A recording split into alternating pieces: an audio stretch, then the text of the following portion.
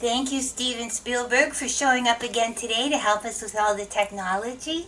And thank you, Carlene, for being here for the dialogue. No problem. Today's episode is on...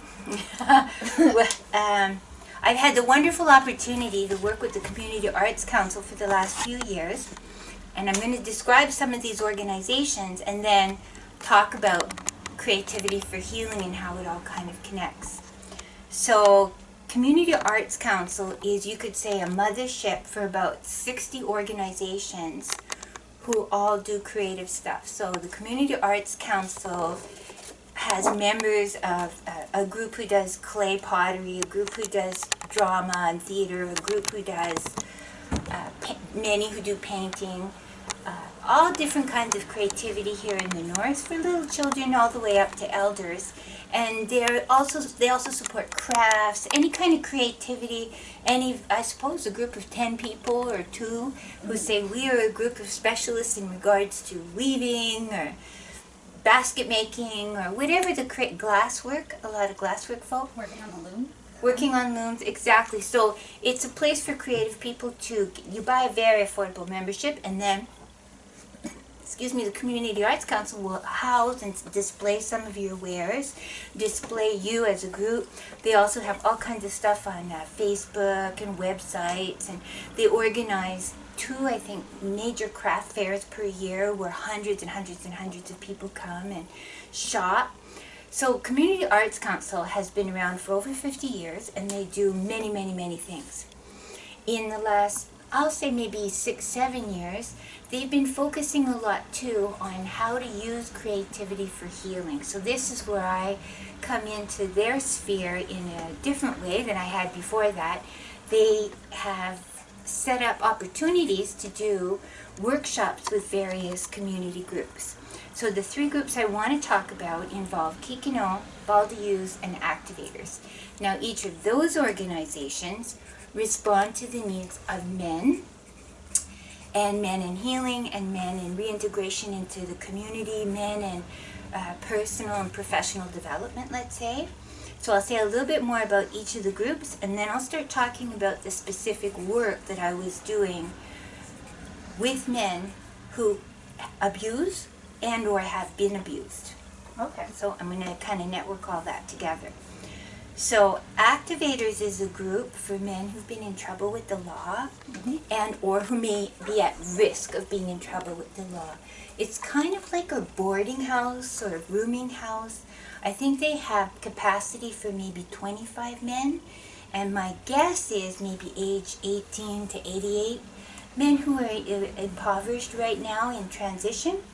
Maybe they've been in jail and they're coming out, or they've been in a treatment program and they're coming out, and they're looking for housing as a stop-off point to just find a job, go back to school, set themselves some roots, and rebuild a future.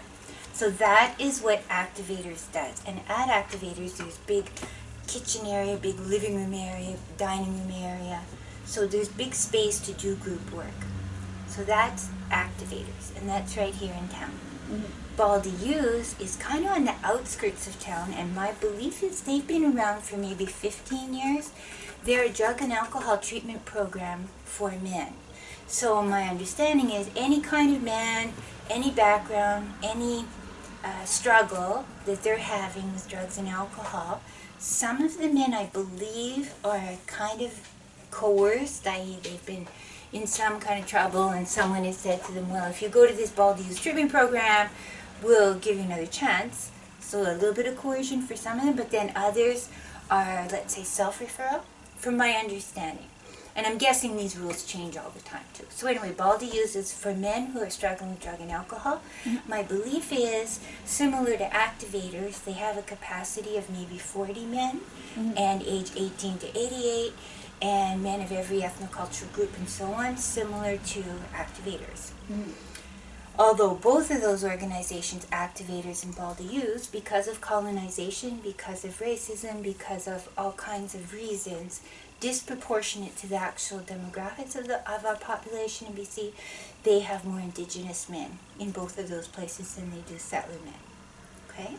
Now, Kikino is specifically for Aboriginal and Métis men and women, but the groups that I've been part of at Kikino, and this is networked through Community Arts Council. So picture Community Arts Council applies for some grants and gets some things going and recruits some people to make a team, and then we do some work.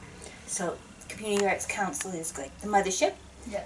And then there's activators, Baldy Youth, and now the third group is Kikino. And Kikino is mostly for Métis people, but anyone who self-identifies as Métis or Indigenous can access the services there. And they do workshops, and they do individual work, and they do community advocacy, and they do all kinds of things. What they set up with Community Arts Council was for us to work with men, Indigenous men, and parenting. Okay? So to be a good parent, obviously, similar to Baldy Youth and activators, to be a good dad, there's about, 10,000 attributes or skills or assets that you can bring to the task of being a good parent. So, saying the opposite, if you're in jail and or you're drug and alcohol addicted, you aren't your best parent. Yeah. Right? So the best parent is someone who's emotionally available, who's patient, who knows how to problem solve, who can be kind and creative, who's sort of stable and regularized in their day-to-day life. Yeah. So that's something that all three of these organizations are trying to encourage and enhance with the men. Mm-hmm. And they're kind of coming from different angles. And theoretically, it's possible that someone, I don't know if it's ever happened, but it's theoretically possible that someone could 1 year be involved with activators and then 4 years later be involved with Baldy Youth and a year later be involved with Kikino. So it's theoretically possible here in the north that there's some overlap. So having said all of that, I'm going to go back to the Community Arts Council and talk about how they set up teams. And I have had the privilege, and I hope to continue to have the privilege, to be a member of these teams. And they invited me as an art therapist, social worker type person. So, sorry, just to interrupt. Like those are like those levels? So would you say the Community Arts Council is like that upper tier Yeah, level? Community Arts Council could be seen as a macro level intervention to help the community of Prince George celebrate, affirm, and build their creative potential. Mm-hmm. And then those three organizations could be thought of as macro level and meso level and micro level, in that they're trying to help all these men. So here we are talking about social work with victims of abuse, and we did do a video on toxic masculinity, and we've kind of touched on it in all the videos. Obviously, men are everywhere. Yeah, white salt. Right. Yeah. So go back to our video on intersectionality, right? And looking at all the identity pegs that everybody has as they go through their day-to-day life. So Community Arts Council put together this kind of kit, let's say, or package or program, and we've done it a little bit differently each time and for each organization. So they invited myself as an art therapist social worker, and they invited Carla Joseph, who's a professional Indigenous artist from this geography, mm-hmm. and they've invited along the way 3 or 4 different men who all have been really good souls, Indigenous men, mm-hmm. Indigenous men artists, and also sometimes other facilitators or volunteers came with us. So a third-year social work student who wanted to learn more, or a woman who had just finished her master's degree in fine arts and who was exploring where she wanted to go next, and mm-hmm. so on. Sometimes one staff member from the organizations we're in would attend all the sessions and facilitate with us. So I put that out there to make it clear that every single session was different. Mm-hmm. So when I say a kit or a template or a formula, it was different every time. But the kit part was... There are fundamentals that we can cover, and then we can cater it to who. Precisely. Fundamental beliefs, philosophy. So the fundamental belief, philosophy, and practice that Indigenous people needed to be in the room. Indigenous artists who are professional artists needed to be in the room. And ideally, professional Indigenous artists, male and female, needed to be in the room at the same time with us. And ideally, a member or two of the organization who could help us facilitate and connect well with each of the clients in the room. Mm-hmm. So those are all some of the backgrounds for you to kind of follow what this was about. So we then also, once we put together the team, right, the creativity and healing team, we then reached out to different organizations, and these are 3 organizations who invited us in. Others did too, but I'll talk about that some other day. So each of these groups were again fortunate that they had big enough room that we could have 10 men or so in each session. The general plan was, let's say we arrive just after supper, so maybe 5:30, 6:30, and we stay for 2-3 hours, depending on how long the group goes and how much verve people might be feeling on that particular day. We would try to arrive early so that we can set up all the art resources, set up so that each person gets their own little package of stuff. Because remember, some of these people might be desperately poor in terms of material resources. So we made sure every person had their very own sort of scrapbook journal. We made sure they had different kinds of markers, pens, crayons, different instruments to impact upon the journal. We also made sure that there was always an additional art task. My wish is that we always have 3 things in these kind of groups. So they could do the journaling. We also made creativity catchers, or what some people have called dream catchers. That's a traditional name for it. And we also had things like boxes or crates that they could put colors on and designs on or graffiti on or so on. So let's just say for the moment, every group was offered 3 creative expressions. And what we always want to talk about when we're talking about art therapy, is the product is minimally relevant. The process is what's relevant. Okay. So asking people, when in the past have you made something like this? When in the past did you feel creative? How did you get responded to for your creativity? When I say the word creativity, what do you think of? What of these 3 tasks right now, the making the box, making the journal, making the dream catcher, making the canvas paint picture, which quickly catches your imagination, and so on. So those are some of the, let's say, the tasks, we would do, and made sure that they all felt abundance. So you don't want to set up these situations, if you're working with victims of abuse, you don't want them to feel they have to wait their turn to use the crayons, or there's only, enough crayons for 1 or 2 people. You don't want to put them in a situation where they're using resources that feel kind of shabby or secondhand or watered down. So we tried to bring fresh quality stuff to each set of groups. So we might have a group for 6 sessions over 6 weeks for 3 hours each time. So they had a week in between to network and process and reflect on what they were doing. So we would make sure we had maybe spray paint, stencils, always stencils. Stencils and collage are 2 of the ways that you can help people express that requires 0 artistic skill, because people get that anxiety of, I don't know how to draw a bear that looks like a bear. But if you have 20 stencils of bears, little bears, big bears, aggressive bears, sleepy bears, and you also have 2 artists in the room who very quickly, astonishingly, I would just be breathless with the amazement. Carla, for example, if you said to her, I'm wanting to draw an aggressive bear, she could draw the shape of it in 1 minute. That's how gifted she is, just so gifted. If you said, I want to draw a coyote, or I want to draw a wolf, or she could do it, boom. And that was one of the things she would do, is go around and around the circle to help people with that technical stuff. But we also always, as you always should have, I think, as an art therapist, wanted to work with social work with victims of abuse, that they never feel anxious or nervous, because the stencils, bam. Oh, that's the one I want, bam. And you're still being very unique, because no 2 people, even if you're using stencils, because you can layer all your stencils. You make a background of trees, and then you can make a background of different kinds of trees. You put 7 different stencils at a time with different colors and shades, and you can outline them with markers, or you could start by spray painting. Some of the guys would really like that. You take a canvas or a box, bring it outside, put the bear stencil, you spray paint the stencil. Now you could go back on top and make the eyes or the teeth or the claws with a fine brush, right? And Okay.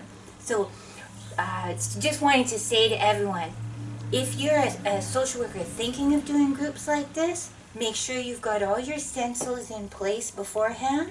Would magazines to collage be also? Magazines are wonderful. Value Village right next door. So getting in place lots of images, so they could, if you wanted a bear, you could, if you've got books of National Geographic with bears in them, and then they can cut them out. But also you could photocopy hundreds of different images of bears if you knew that it's going to be a theme, eh? Yeah. Or like a coloring book or something. Yes, exactly. You can take children's coloring book with bear images, you photocopy it, then they can paint on top of that or trace. Or another thing you can set up as a facilitator is if you come in with, you might be too young to remember these things, but there used to be this thing called carbon paper, and if you put the carbon paper with the black down, and then you put your And it would transfer it to it? yeah, you trace the bear from the coloring book, and it makes the black ink go, and you've got the shape of the bear.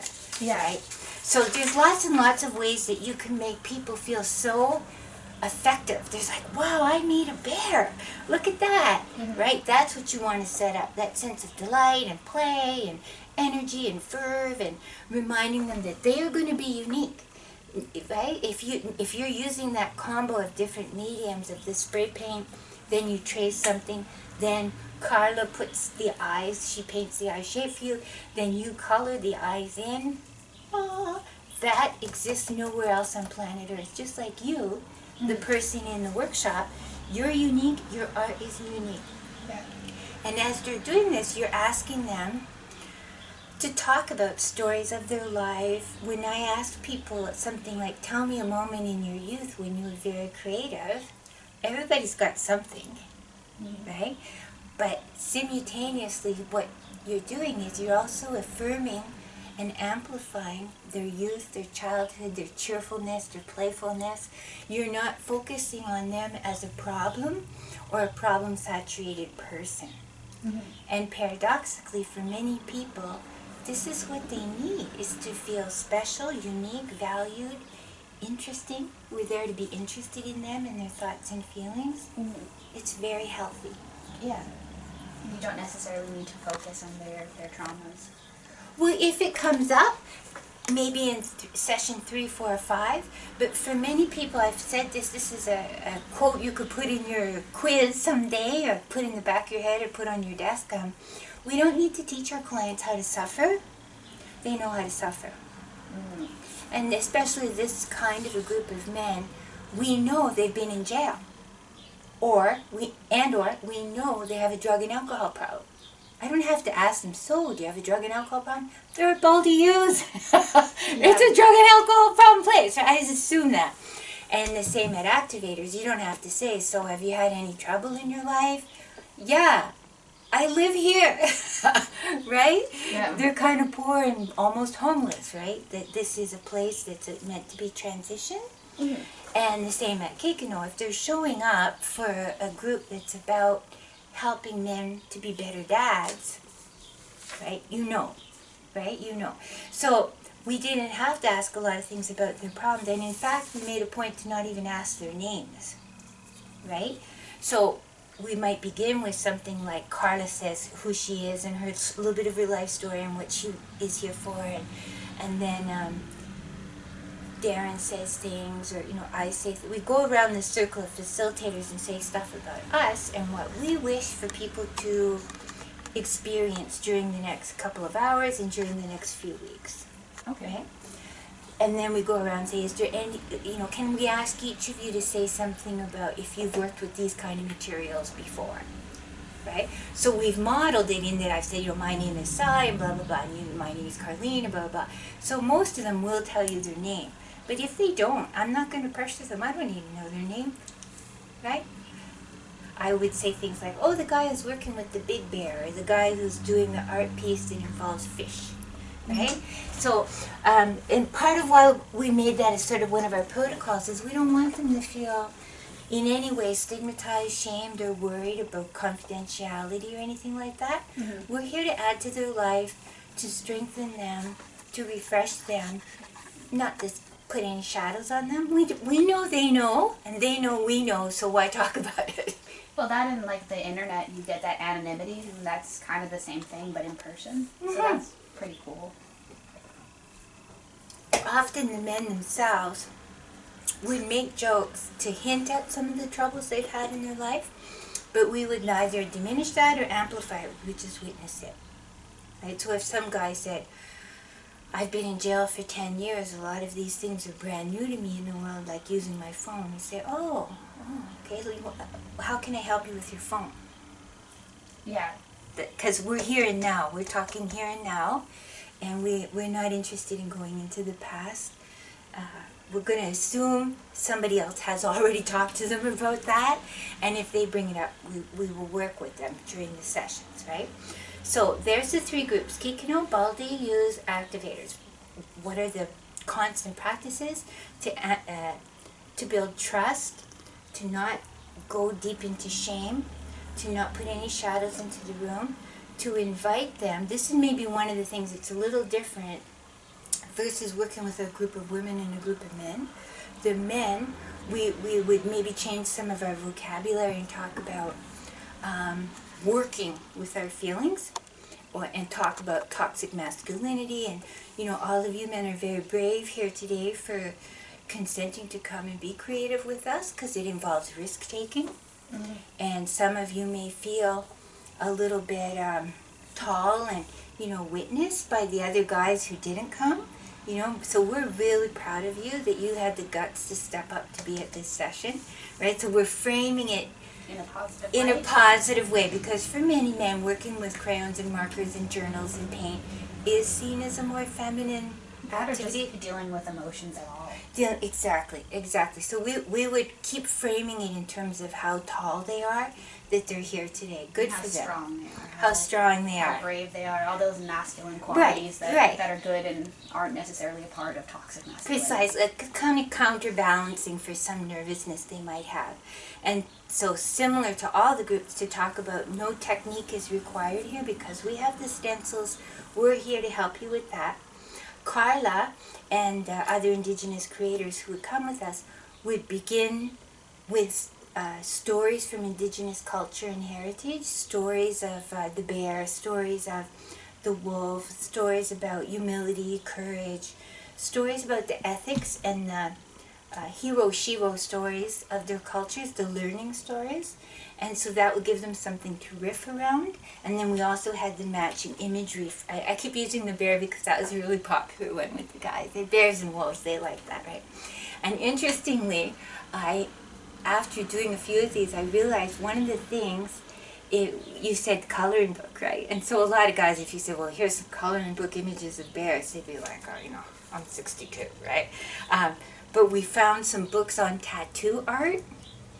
Yeah, I've seen tattoo art coloring books as well, or like calendars and stuff like that. Yes, so I know they were good books because they stole them. I never got them back. But they were very like, look, right? So I offer that to anyone in the future who's listening to this and wanting to work with men. It's just being really sort of tender and diplomatic about how you package some of this stuff. So when you looked at it, to say this is an image of a bear from a coloring book, or this is an image of a bear from National Geographic, or this is the image of a bear from a tattoo book, go with the tattoo book. Right? It kind of fits more into their sense of who they have been primed to be in our world. Their pride? Yeah, their pride. That's right. So, the other thing that we wanted to always do, so we wanted to mix in lots and lots of Indigenous celebration and pride and culture and heritage. So even though, let's say, half the room might be settler, we just assumed this is going to be good for you too, settler folk. Right? We didn't even discuss it. Just, we're all going to talk about bear and beaver today and talk about how they have certain attributes and values and teachings that we can all celebrate and affirm. Right? Yeah. So just do that, right? and be playful, have lots of joking going on, also lots of food, cookies and treats and cake and whatever it's going to, pizza, they like the pizza. So mix in all of that to make them feel, in a way, to give them an excuse, a face-saving excuse. So they said, I didn't even really care, I just went because I wanted the pizza, right? Because they have to go and do that false bravado maybe when they leave the group. Yeah. With the other guys, right? So give them lots of ways. We had talked about if you were going to do a group for women who've been abused or who might be being abused or diminished and who are immigrant women, you wouldn't say, oh, Tuesdays we have the abused women group, because no one will come because they don't want their friends and neighbors to see them walking into a group for abuse. But if you called it Canadian Cooking on a Budget group for women, and then while they're cooking, we can talk about those things. We talk about those things. So we kind of slip it in on this side, right? And going back to the spray painting stuff, I found lots of men will respond really well to the spray painting stuff. You're outside, it's big, you know, murals, and you talk about murals, give them stories about murals, about graffiti art, kind of a little punk edge, right? So I find that's very good. It's also kind of quick, too. You get very quick results if you have one canvas. I will, here, I'll take, actually, I've got an example right here.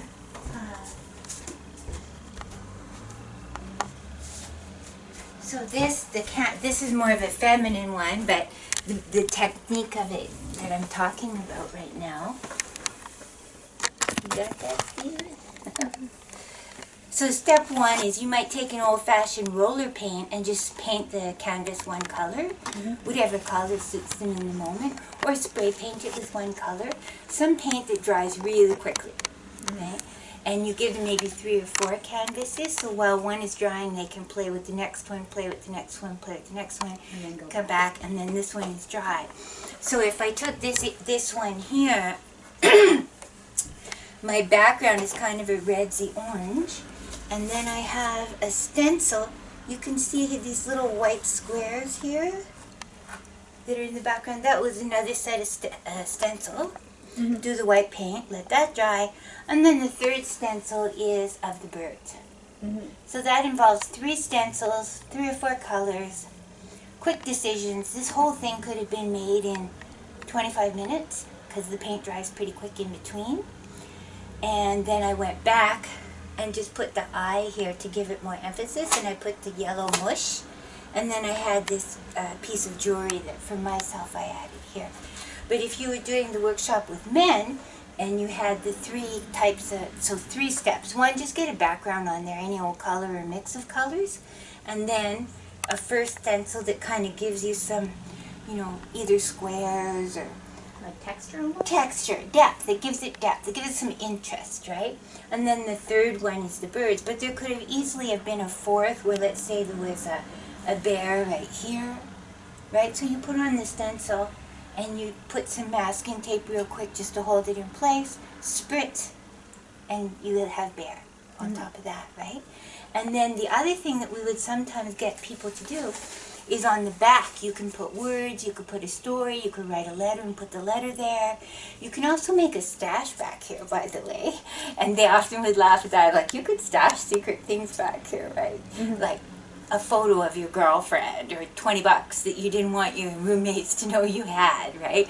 But they would tease about it. Oh, I gotta stash my dope there. Ah, I don't hear that. You know, sometimes they would be baiting us to see, are you going to get all judgmental and prissy, oh, stuck-up white social worker girl? And I'm like, no, I can out-raunchy you.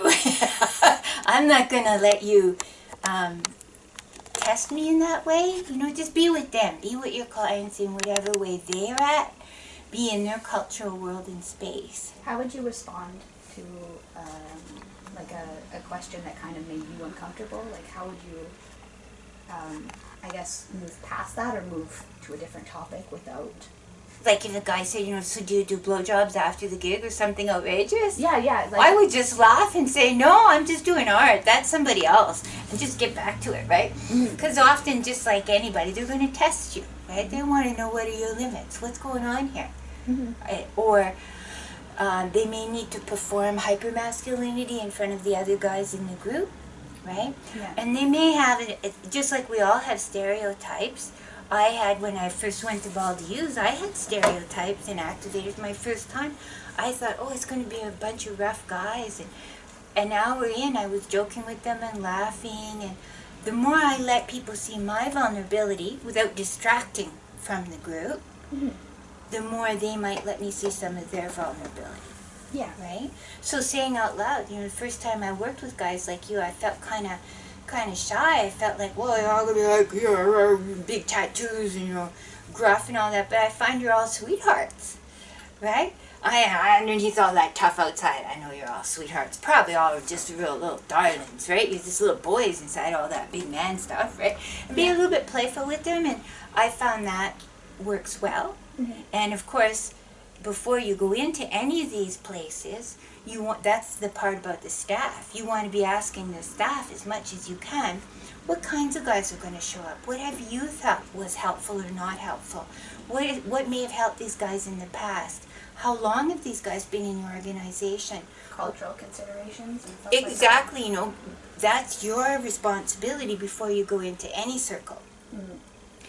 No matter who the group is. So we would do that too. So we would always know this particular group that we're starting on Wednesday, the youngest guy is 22, the oldest guy is 32, the person who's been in the program the longest has been there a month, the newest person in the program just got there yesterday, so the range of who's who and what's what. So we would not want confidential things that might be used in an awkward way with anybody.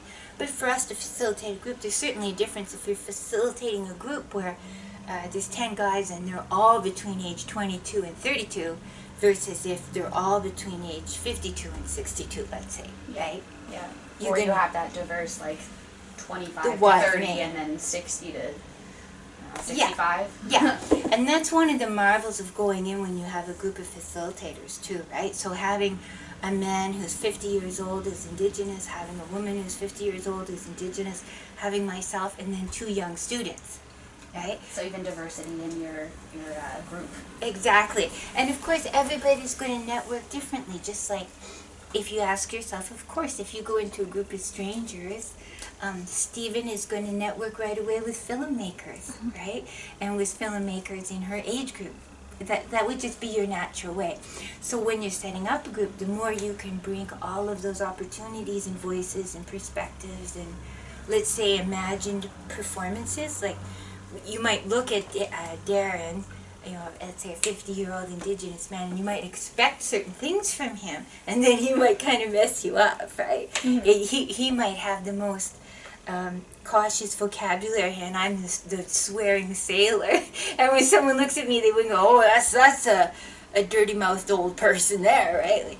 Right? So the more you can have your diversity, and then play with it a little bit too, to open your clients' minds to different ways to be. So I'm giving you the kind of the basic formula. Come in with diverse resources. Come in with knowledge of who the group is going to be. Come in having done your own homework. Come in with lots of resources, diversity of fine pens and big markers, spray paint, different backgrounds. You can have, these are canvas backgrounds, but you can have backgrounds that are pieces of wood or pieces of canvas. So diversity, so that every person in the room can pick the mediums that speak to them in the moment. And you go around as facilitators and you make sure they know about the stencils or know about this or that, and play with them and just say, tonight we're not actually going to make anything, we just want you to fool around with the resources. Don't have a sense of, oh, I have to have this finished by 7 o'clock, or no, you never have to have this finished. You could just visit with us and eat pizza, right? And watch the others play with the stuff. Right? The other thing we would do at the end of each session is we would ask, or ongoingly, but we would ask at the end, are there any things, resources, images, something that you don't even really quite have words for yet that we might bring back to the next session? So people would say, oh, I need more bright yellow paint, or I need the brightest glow-in-the-dark yellow paint you could get your hands on, or I need tiny little black beads, or So we would go individually to each person and ask them those questions, and I'd make a little list, and then we would do our best to bring that back. So we would say, we're on a budget here, but if I can find at Value Village some magazines about hockey, you're telling me hockey is important to you and you wanted to make some kind of canvas about hockey, I'll see what I can do. I won't promise, but so something about hockey. Right? Yeah. And at very least I could go and put on my printer the word hockey and print that out in different fonts and sizes, or find the image of a hockey stick and print that out so they could play with that somehow, right? So that doesn't cost money, but it might take some creative time on my part or the other facilitators. So we would always do that, and then we would do our best to bring back, to make people feel special. That's another idea. Special and heard and noticed. Many of them may not have had anybody do that for them for years. To say, what's your favorite color? Oh, blue. Okay, well tonight we only brought one shade of blue paint, but I'll try next time to bring 3 or 4, those dollar store shades of blue. You can bring different shades. Maybe $5 is good, right? Yeah. You come back and you feel special. So you're building that trust. When you're working with social work victims of abuse, we're going to assume all of these men in the room have been abused. So we're assuming, without saying it out loud necessarily, that they have been abused by the lies of patriarchy, the 1001 lies of patriarchy. All men should look like Schwarzenegger or Rambo. All men should have a great big penis, and all men should have a great big truck, and all men should have a girlfriend with great big breasts, and they shouldn't be like, they shouldn't want to hang out with them because that's seen as weird to want to hang out and spend time with your girlfriend, or right, yeah, that sort of closed emotional self. That there's a stereotype out there, and many men lose out by that stereotype. So that's part of what I feel is important in my role as a therapist in these groups, is to invite them. You don't have to believe those lies. That's one of the 1001 big lies. That, a woman's only going to be interested in you for your paycheck, your truck, the status you will deliver to her. your body. Your body. There will be women out there who will love you for your values, your beliefs, your attitudes, and being interested in her as a person. Right? That's hot. That's sexy. It's a turn on. Yeah, when you ask me about my day, woo! Yeah, exactly. That makes me cream my pants, right? So saying having that kind of a playful conversation with the group, and inviting them, how have those stereotypes helped you in the past? How have they really, when you look at it, when you look at your whole life story, those 1001 big lies, how have they benefited you? And they don't even have to answer. You're just throwing out that question. They're just making their bear. They're just eating their pizza, right? But you've put ideas in their mind to reflect on between now and next week. Would you be able to ask questions like on the opposite end of that is consider like those 1001 lies, like have you missed out on opportunities or perhaps lost on things that you could perhaps improve on in the future? Like, is that that's the kind of conversation we're trying to welcome into the room. And you're riffing right in the moment with whatever anybody's saying or doing. I would tease them about their outfits. I would tease them about their tattoos and stuff. I'll show you my tattoo if you show me yours, and those kinds of things, right? And I would talk about how women get lied to, that, someone will only love me if I have big boobs, right? And just be playful with it. And for many of them, that in itself is a gift, to just be able to have a conversation. Just hang out with women and men and others and just have a conversation that's a little bit facilitated, a little bit guided, but not high pressure, right? And I would always hand out things. So you could hand out a cartoon, when you start each session. So, here's a cartoon that talks about how stupid some of these lies are. And you collect a group of cartoons or quotes or those kind of buzz lines that you put on your fridge or that kind of stuff. And you can usually do that. Again, that's part of your preparation for any of these groups, right? Mm-hmm. And again, implicitly, there's a lot of stuff that you don't even need to say out loud. We know they have not benefited. We know they haven't always benefited from the lies of patriarchy and capitalism, in that they were in jail. Yeah. Or they have an addiction. Yeah. So we assume they just make the assumption that you've been affected by it. Yeah, you've been affected by it. And many times people steal stuff or they sell drugs or they get involved in a life of crime because they have this idea, well, a real man just takes stuff or a real man gets his share and that kind of stuff. So being playful with it and offering them alternative stories, alternative narratives, and invite them to bring it forward, right? And asking questions. Most of the men in these groups, they either have their own child somewhere, or many children somewhere, or even grandchildren somewhere, or their sister has a child, or their brother has a child, right? So to ask those kind of questions of, won't it be wonderful when the next generation grows up not being oppressed by these stupid lies of racism and sexism and homophobia, and just kind of again putting that out there, right? There will be no exam at the end of the sessions. There's no true false quiz that they have to pass to stay in. And at the end of it, they don't necessarily need to agree with you. No, they don't have to agree or disagree with anything. Just eat your pizza. The fact that they're in the room, That's all that you wanted. That's all that I want. That to me is, if you're in the room, even if you're in the room, in the corner, by yourself, eating your pizza, and you eat the pizza and you leave, right? But next week you come back and you stay in the room, maybe 2 inches closer, and you eat your pizza more slowly, because they're listening. They came back, right? I have to make the assumption. And you know how I said at every session you start by what you're giving them? So it's a gift, so you have a little cartoon, and maybe somebody made a comment that last week there weren't enough blue paints or something. So you come back and everybody gets their own blue, but a different blue so they can share, and you give them a little chocolate bar, a little treat package like you would if they were kids, right? Yeah, and you want them to feel special. Feel special.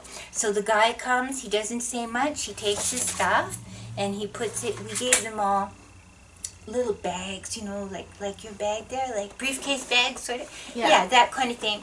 And they have their big journal, so they can just insert these things in their journal if they want. So they could come, eat pizza, take the stuff, put it in their package, and leave. But they took the stuff. Right? Which means that they're still thinking about it, even if they don't do it. Even if they don't do it. Maybe a month from now they'll go leafing through there and they'll go, yeah, that's a good quote. I like that quote. Right?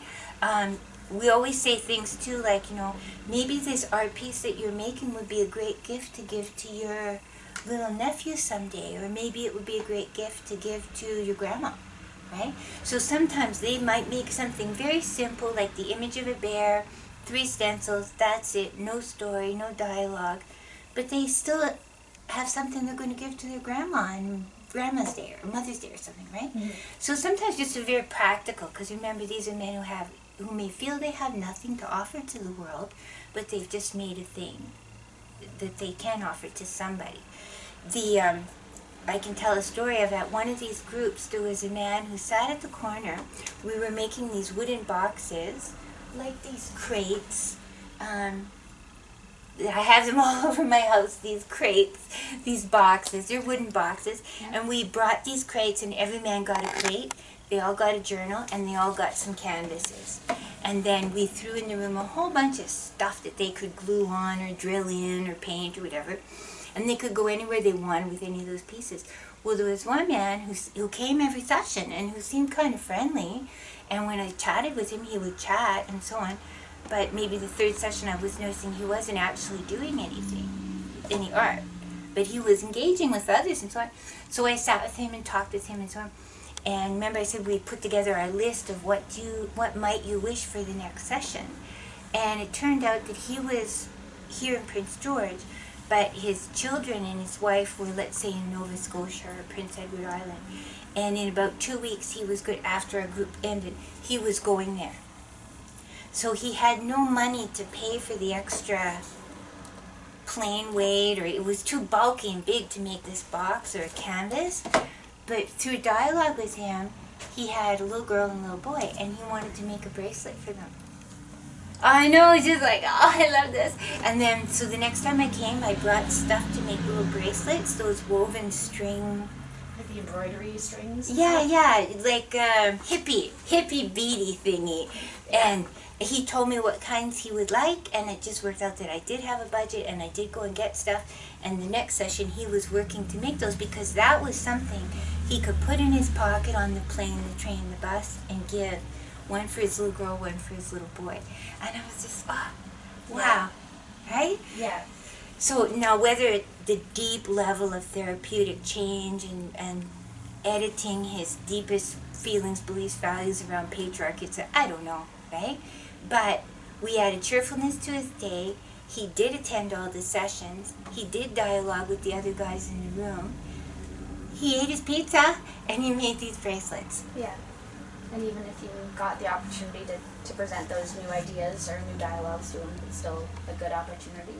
Precisely. And you never know. When we look at our own life stories unfolding... How many times have you done something like way after that person told you it was a bad idea? Yeah. Or vice versa? Yeah, exactly. And so there may be those sort of, with any idea we maybe make progress, but then we relapse. We make progress, we relapse. And there's all kinds of things that all kinds of people told all of us all our lives. You should go to bed early when you get home. Smoking's bad. Smoking's bad. You should all be limiting your carbs and your salt, eating broccoli. Don't look at your phone before bed. Yeah, all these things. We know them. But eventually, most of us, we will pick some of those good ideas when we're ready and when it just seems to dovetail and suit with the rest of our day-to-day or our activities or beliefs or setups. I smoked from the time I was 15 to 25 or something, and of course I knew it's bad, it's expensive, it's stupid, and it's pointless, except that it's harming you. Why are you doing this dumb thing? When I was ready, and really ready, and then I quit. Yeah. And that's how that goes, right? So we have to assume with the guy with the bracelet that he was maybe enhancing his conversational skills, his problem-solving skills, communication skills, respect, understandings of patriarchy, capitalism. It's hard to know what they're taking with them. We just have to remain optimistic and also recognize the limit. It's 3 hours a week over 6 weeks. Yeah, you're not going to completely rock his whole world, but right. You might be able to give him some ideas. Right, exactly. And maybe 2 years from now, he'll attend some other group where something will click for him, and he'll say, "Oh, I'm going to try to quit smoking again," or "I'm going to," whatever the equivalent is in his own soul, right?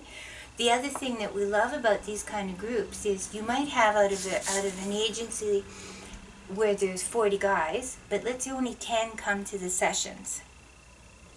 When they go back to their room, they take with them their art, their box, all the stuff we put in their packages, the quotes, the jokes, the tattoo books, whatever. They go back, and of course in a place like that, the other guys say, "So what'd you do all day? What was that? What's going on over there?" Right? Yeah. And then they have a chance again to practice, well, this is a bear, and in indigenous culture, the bear is a symbol of blah, blah, blah. Right? So you also don't even know, whenever you're doing these kind of groups, not just with men's groups, but more so where it's a contained population like Baldy used, they live there. Yeah. It's a closed community. So that kind of plays in with that northern and remote. Yes, it definitely ties in with northern and remote. Good point. That brings it full circle to that, for sure. And, people are going to ask, "Oh, what did you do in your group?" They're sitting there. They might be kind of bored, or they just watch TV, or, so they can come back and they can start maybe even practicing some of the ideas. I was tall enough to go work on my issues, or I was brave enough to face some of the losses of my childhood. It gives them an opportunity to experiment with those new ways of phrasing what they've been through or haven't been through, what they've been given in life, what they haven't been given in life. And by us always giving primacy to indigenous ways, we're also implicitly being anti-racist. Right? We don't talk about, Noah's Ark and the church, and we talk about, in indigenous cultures, there's these 7 healing stories, or these teachings about the crow or the hawk, or the eagle, or whatever, let's say, right? So that's how that is. We're just telling you these stories. So for the indigenous men in the group, they can kind of, even if they don't say anything to anybody else, it's a chance where they got to be centered. Yeah. Not the afterthought, not the suboptimal story. Their stories are boss stories in the work that we're doing. Mm-hmm. And it's delicious. I love it. What do you think? She's our consultant today. And even actually on that fun story, in the work that we did at Kikino and the work we did at Activators, because it's a little bit of a more open place. We're both right downtown here. We brought dogs. One of the facilitators has little dogs, and she brought them. And we also said to them, if you have a friend or a relative who will bring a dog for the 3 hours, this would be really cool. We would be happy to have dogs. And again, the dogs, because these are men who often they haven't had a chance to play and be lighthearted and conversational. Many of the people in the world that I've worked with also associate drugs and alcohol. You know, oh, we're going to party on Friday with drugs and alcohol. How could you just have fun and play and be silly and full of laughter and joy if there's no drugs or alcohol? Right? So we're going to play with paint and art and fool around and joke, and we're going to be outrageous. And there's going to be dogs. And there's going to be dogs, and we're going to tease each other, and we're just going to hang out and have pizza. And you can have lots of fun and be heartful and cool without drugs or alcohol. Mm-hmm. Right? In a way that's obvious, but for many people, if that's the family that you were raised in, pointing that out can be super important.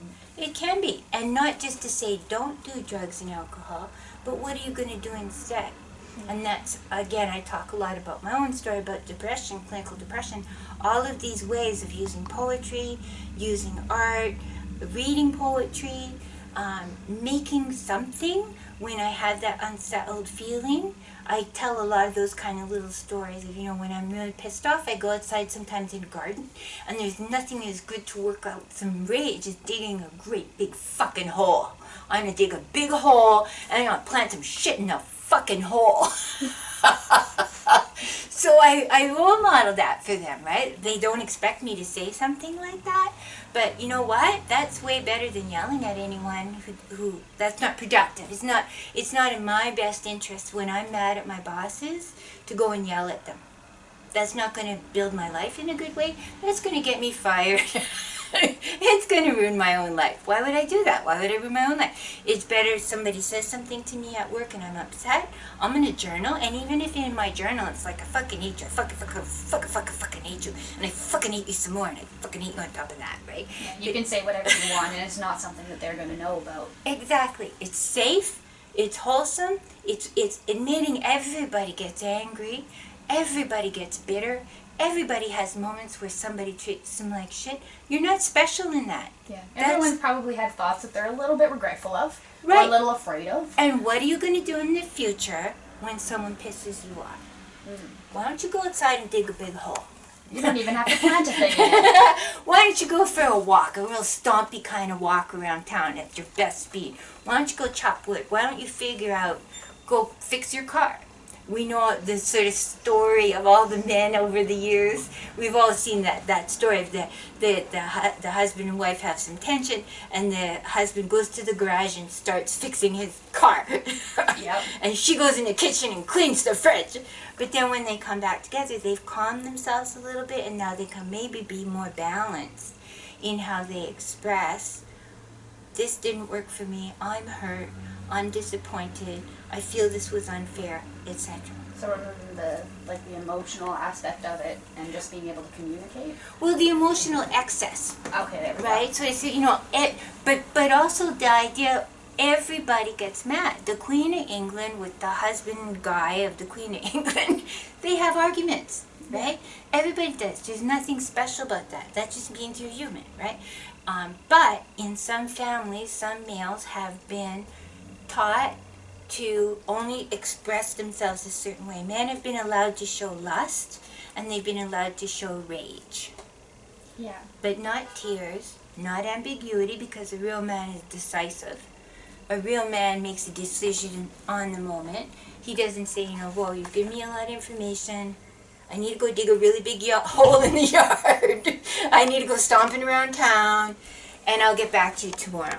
Yeah, like contemplation isn't really a valued.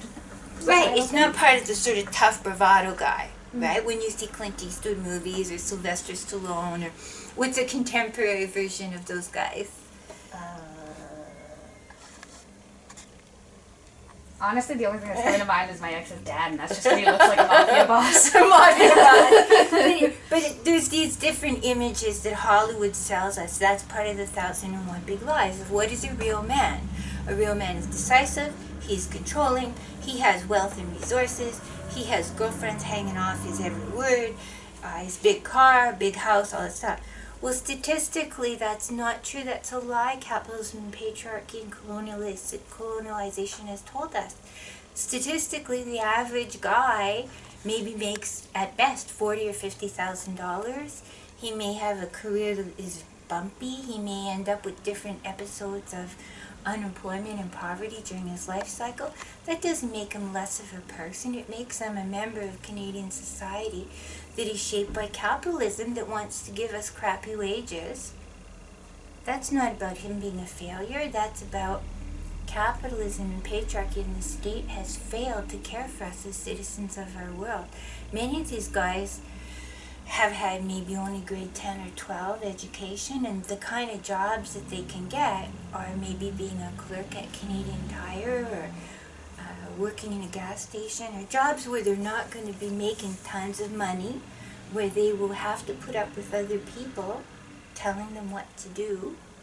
And so helping them, my vision when I'm doing these kind of workshops is to look for moments, teachable moments, heartful moments, where we can disrupt their belief in the 1001 Big Lies. To say, that's a lie. That's a lie. Oh, that's a lie too. Oh, that's some more bullshit that Walmart has taught you, or Kentucky Fried Chicken, or Canadian Tire, or the bank, or, all these places, to disabuse them of those lies and say, you know what, a real man is able to step back for a minute, take some deep breaths, go for a walk, come back, because a real man knows how to be loving to his children. And how to communicate with them because he loves them. Right. Love is a big 4-letter word. It's like a manly word. Like, to reframe some of that stuff, right? Yeah. What is going to matter in your life? Is it worth it to have a big screaming match with your spouse over dinner, right? Like, how does that make you bigger and taller? A big, tall man might say, you know what? I like peanut butter sandwiches for supper, right? Like, is it worth it in the long run? What are your core values, beliefs, interests? What is your long-term best choices? How do you want to teach your son or your nephew or your grandchildren to be? To just open up possibilities and a lot of questions. So we go in with the assumption they are experts on their own life, but we are experts on patterns. I can tell you the pattern. If you yell at work at your coworkers, the pattern is you'll probably get fired. The pattern is no one will want to hang out with you at work. The pattern is you'll end up with not much money in your pocket. Yeah. If you remain physically violent with people, you'll be back in jail. Yeah. Or you'll never have a meaningful relationship. Wouldn't you love to have a partner in life who is going to watch your back and be on your side and be loyal because she loves you? Because she isn't going to argue with you because she loves you enough to communicate with you. Right. That it's the two of you trying to be adults together to build a good future together. Because two people who are equally working towards a future are going to be stronger. Yes. You think it's stronger to yell at her and tell her what to do because you've been taught that lie. But the real truth is, if both of you have a shared vision of a future, whatever that is, you're going to have more power. It's not power to control her, diminish her, demean her. and then she leaves you and you get another one and another one and another one. It's not power if she's only there until she can figure out a way to run away from you. Yeah. That's not power. Yeah, right? And being emotionally unavailable and having multiple women it's not powerful. No, it's not. It's not. It's shallow. It's shallow and cheap and disposable. Is that what you want, right? So implicitly in the moment, we never go in with a formula. We go in with the kind of handouts of, today here's 2 jokes about capitalism, or here's 2 jokes about what it means to work in the resource sectors, like being a miner, a fishing person, so on. One of the things that right away I can start talking about, I'm thinking of a particular group at one of these organizations. Almost every man in the room either had an injury where I could see he was limping, or he'd make a comment about his sore arm, or I could see he had a piece of a finger missing, or he had cuts on his face. And I could say, wow, so there's one of the ways that capitalism may have harmed you. Like you go and work in the bush, Yeah. and the guys are getting paid by the week, right? And they think, great, I got this job, but capitalism is trying to give you the least amount of wages for the most amount of work, and they're not really covering your back and protecting you. And when your knee gets smashed up in the workplace, and then you realize, wow, capitalism just took something from me, and for the next 35 years, I've got a disability. That's not right. That's not fair. That's immoral. That's immoral, right? So meeting them where they are at. So noticing, I remember this one story, the guy told me all about his knee and working in the forest and injured and then bleeding, and it took them hours to get him some help. And so he is being emotional. He is being vulnerable. He is sharing a story. And I'm hearing the story, witnessing it, and talking about sociology in a way. I'm giving him a macro sociological zone, right? And affirming the pain he's been through too. When working with men, I make the assumption that they've all been hurt as little boys or along the way, right? So they may not have been sexually abused. We do know 1 in 6 males is sexually abused before the age of 18. We know that 80% of the time it is someone they know, an uncle, a cousin, a older brother, a dad. So we want to witness their pain too. Many of them have been beaten up. My 2 brothers experienced physical assault from my dad. Many of them have been beaten up. If they don't match that package, the same for women. We've had the package of the lie at us. You have to have big breasts, tiny waist, long legs, big eyes, perfect skin. There's certain assumptions that are pushed onto the female body, and we've resisted that, right? We're saying, I want body positivity and I want all this. But many men too have been having that pressure. In my own lifetime, and although I may look or feel sometimes that I'm 700 years old, I'm not 700 years old. In my own lifetime, there's been this transition, even a place like Save On, which is a grocery store all over BC. There is now a half an aisle on men's grooming products. That didn't exist when I was 20. Capitalism is coming in there and saying, we can make men feel inadequate when their hair starts to get too gray, and we can sell them different kinds of hair coloring products. We can sell them products to change the color of their beard. We can give them even skincare products so they don't look old, because capitalism wants to hire young men with their prowess and their vigor.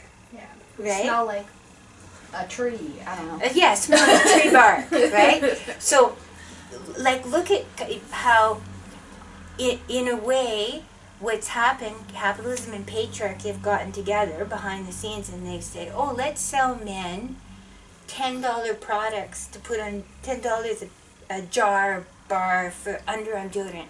So they too can smell like tree bark, and the women do for petunias or something, right? Yeah, like those gendered products. Right. Capitalism knew a long time ago, we can sell women a whole bunch of crap so that they can they get their little minimum wage paycheck from being a clerk at Sears, they can spend their whole paycheck on Mascara, and eyeliner. all the, to just perform themselves as a certain gendered image. Oh, look, we can now sell stuff to men too. But meanwhile, that's one of the 1,001 big lies, right? The same lie that the man feels he has to, even if he's 55 and he's got a broken knee, and he's only 5'1" and has only ever been 5'1", so he doesn't feel like a real man because he's short, or maybe he has a big tummy, or those kind of things where he too now can feel ashamed and degraded and embarrassed about his body, his facial hair, his hair on his head, his nose hair. That's another his one. nose hair. All these products to sell us so that we can be Ken and Barbie, right? Yeah. And Indigenous men have, and men of color have disproportionately had those kind of lies put on them, similar to Black women and Indigenous women. So anyway, all these kind of, any moment where I'm on high alert when I'm with the group to see where can I take who they are and where they are right now and insert some of these questions and moments of exploration. And meanwhile, he's just eating pizza and we're just making some images of a bear. Mm-hmm. But we're actually, I feel, helping them have conversations that they've maybe never had before. Mm-hmm. About trust, compassion, tenderness, kindness, sharing, turn-taking, expressing the full diversity of their humanity. And that's sexy. That's hot. That's a turn-on, mm-hmm. right? That's wonderful. A real man can have a conversation with his son. Wow. About hard topics. About hard topics. Super cool. Right? Like, yay you. What a hero you are that you're prepared to kick to the side of the road stupid lies that were put on you. Right? And you're able to overcome it and to give a better life for your kid or your wife or your whoever. And for yourself too. You deserve a good life, Mr. Yeah. These strategies you've been trying. Yeah, clearly haven't been working out super great. Yeah, it hasn't been working perfectly for you. You deserve better, right? Yeah, we're giving you tools that could potentially improve that for you. Yeah. So in the moment, being playful, and so we did many, I think with activators, we did 3 rounds of about 5 or 6 sessions each time. At Baldy's, we went 2 groups, right? Mm-hmm. And at Kikino, I think we did 2 groups, but each was for 3 or 4 sessions, and each session for 3 or 4 hours. Now, Kikino is different than the other 2 in that it's fathers with their kids. Oh, okay. So we were making art pieces. So the same idea, we give them 3 or 4 creative projects they can work on and work on as a pair. Mm-hmm. So I'll tell you one of the most tender stories that I'll remember forever and ever. So, and many of these fathers there, or in these contexts, they're not actually living with the child, right? It's kind of a supervised visitation when they come here, for whatever the reasons, right? Many times still in our world, women end up having the children live with them when there's a divorce. Mm-hmm. And so the father maybe is welcome to have his kid with him for a few days a week or a month, whatever, but he may not really know what to do with his child. So, okay, kids with me. If you don't have a car and you don't have money, well, and you may not even have a nice place to live, what do you do with your little boy or little girl when they're with you for the 2-3 days? It's kind of a puzzle sometimes. Well, that, and I imagine, like you're saying, if there's people that came out of jail, like your socialization is probably really, really screwed from having spent that time not interacting with people. So I imagine coming out, that's already a task in and of itself, just to interact with people. So I can imagine having to interact with your child who you haven't had contact with. Right, exactly. So role modeling all those questions, so what does this mean to you? Or how do you feel about that?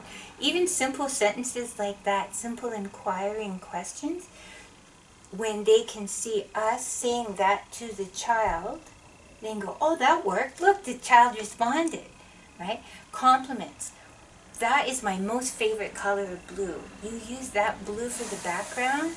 That's a good color, that blue. So you're not ever supposed to comment on, oh, your tree looks exactly like a tree. You're not commenting on the quality of their work, you're commenting on the fact that they've done work.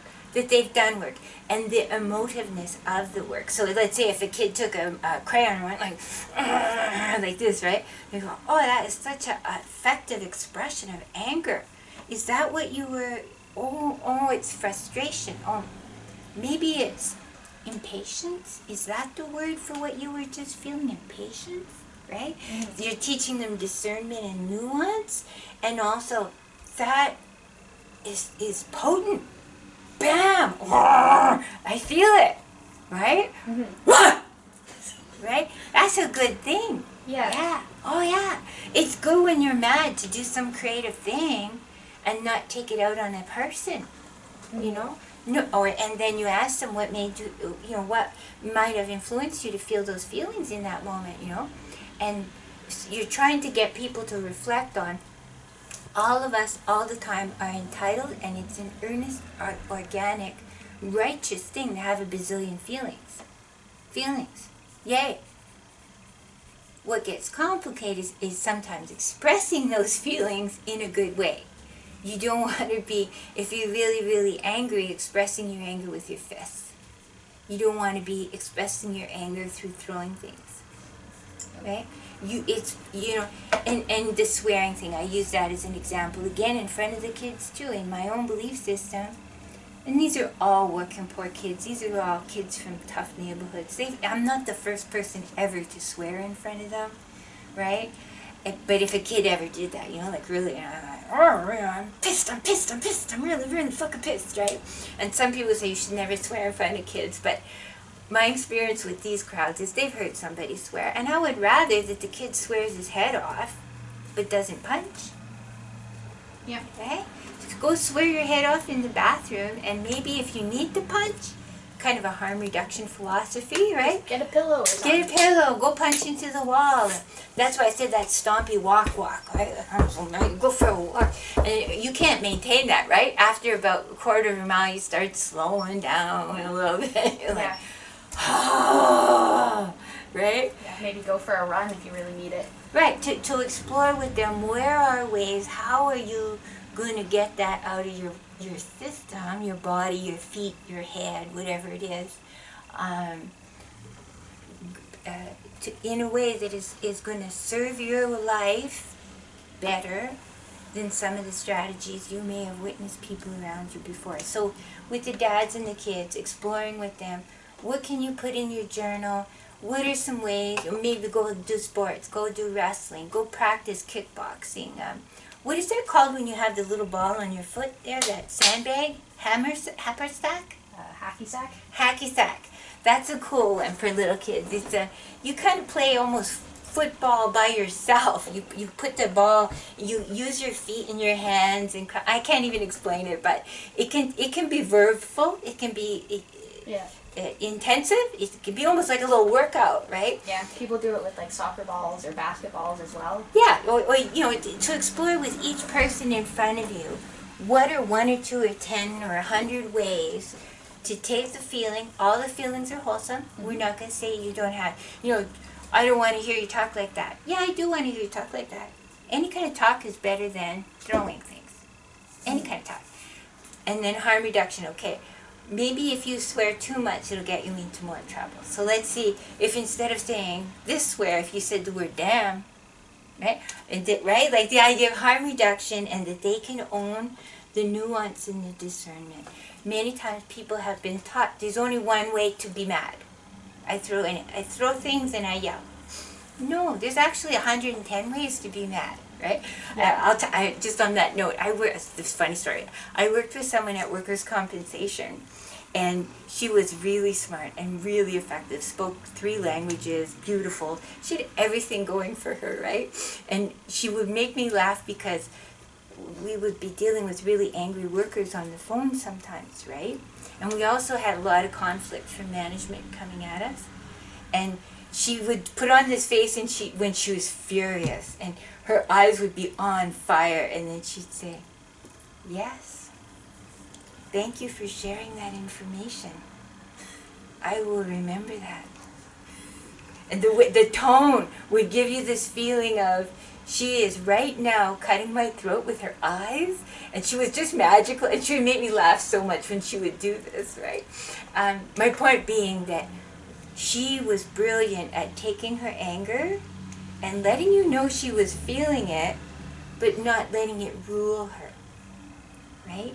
And she would make everybody laugh with her kind of almost sarcasm, but not quite sarcasm, because you don't want to do that to clients. But anyway, she would just make me laugh all day with those moments.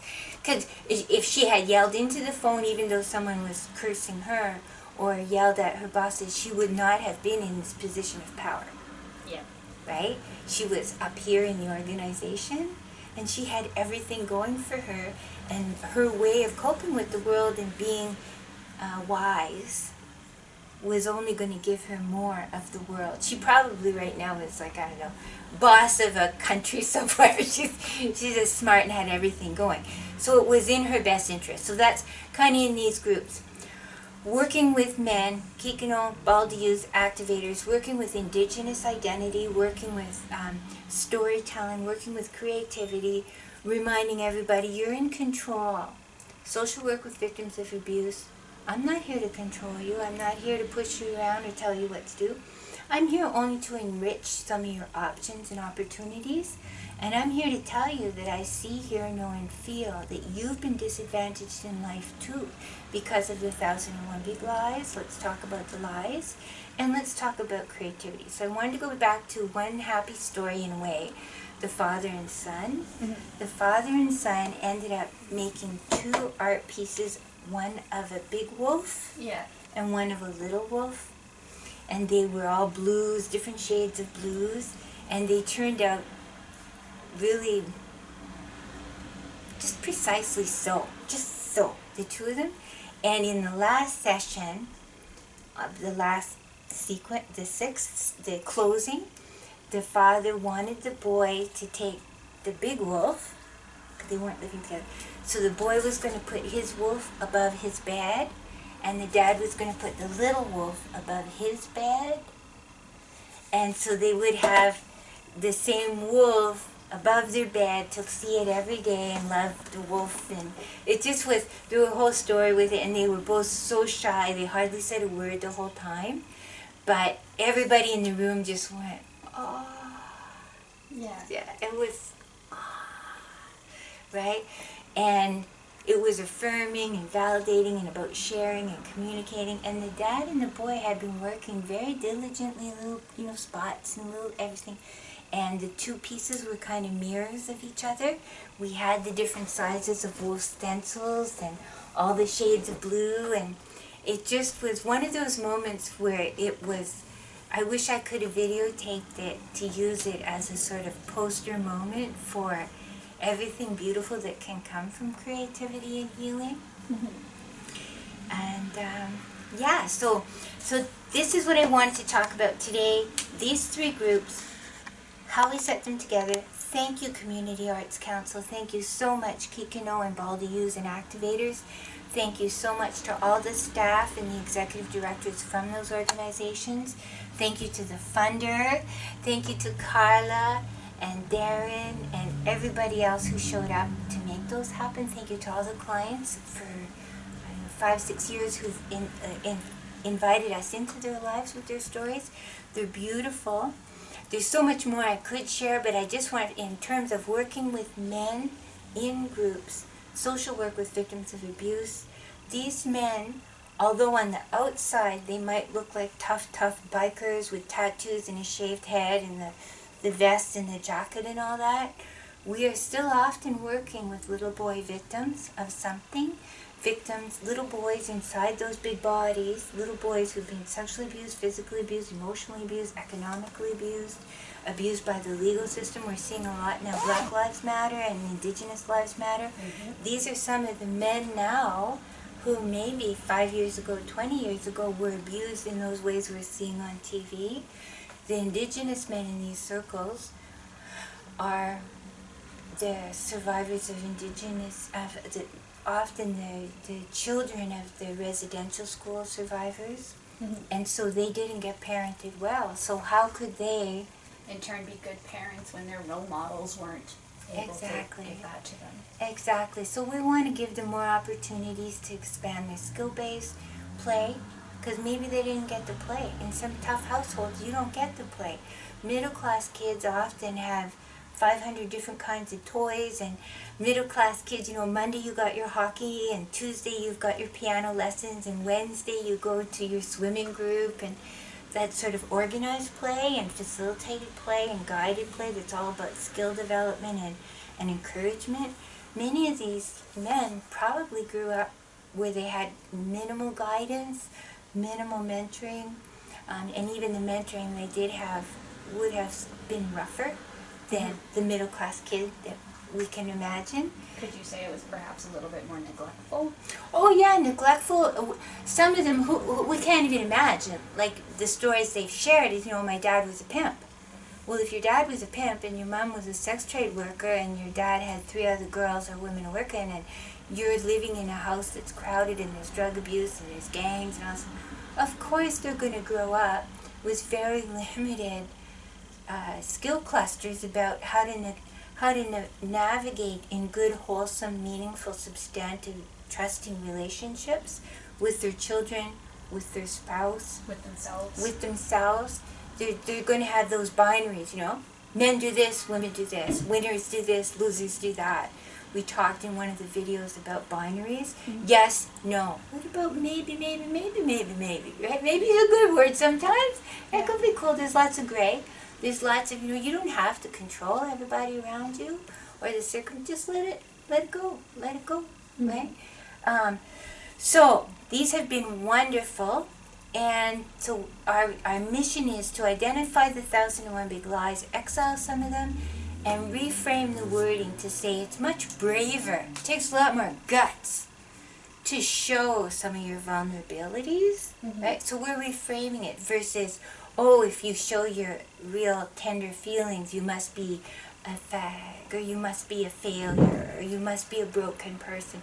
No, it takes guts. It takes real guts sometimes to do your own inner work, right?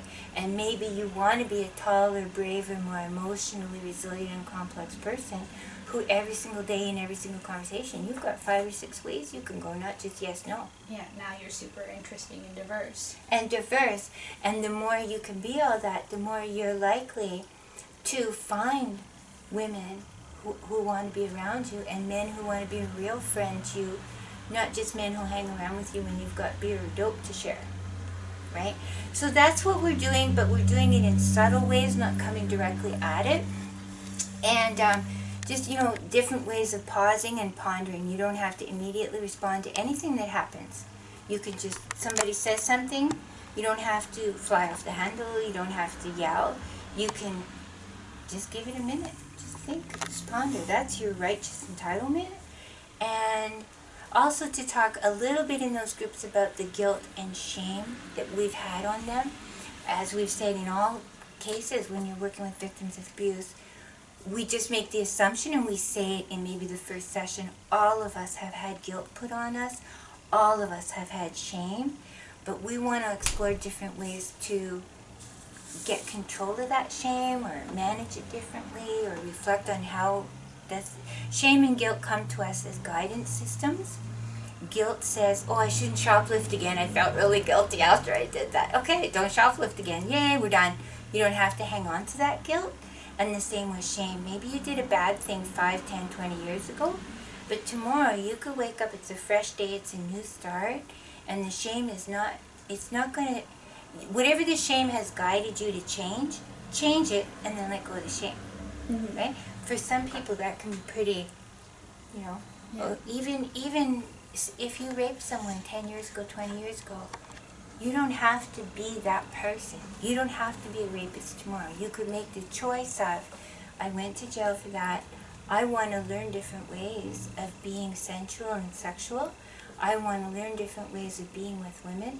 I don't have to be crude or exploitive or oppressive. I could be a different kind of person, right?